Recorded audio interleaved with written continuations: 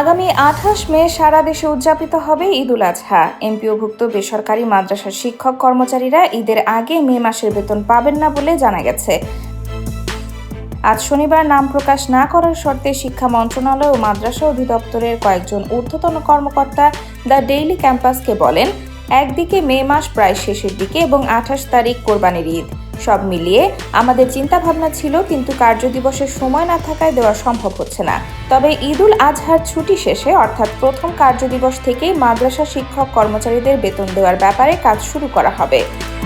তারা আরও বলেন, মাদ্রাসা শিক্ষক কর্মচারীদের মে মাসের বেতন জুন মাসের প্রথম সপ্তাহের মধ্যে দেওয়ার সম্ভাবনা রয়েছে। ঈদের ছুটি শেষ হলে প্রথম কর্মদিবস থেকে কাজ শুরু করব, তবে সোমবার থেকে ছুটি শুরু আর রবিবার শেষ অফিস, তাই ঈদের আগে বেতন দেওয়া সম্ভব নয়।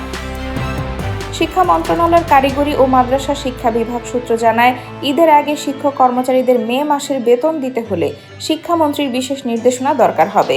এছাড়া এ বিষয়ে অর্থ মন্ত্রণালয়ের সম্মতিও দরকার। এই মুহূর্তে শিক্ষামন্ত্রী দেশের বাইরে অবস্থান করছেন, ফলে তিনি দেশে এসে উদ্যোগ নিলেও ঈদের আগে মে মাসের বেতন দেওয়া সম্ভব নয়।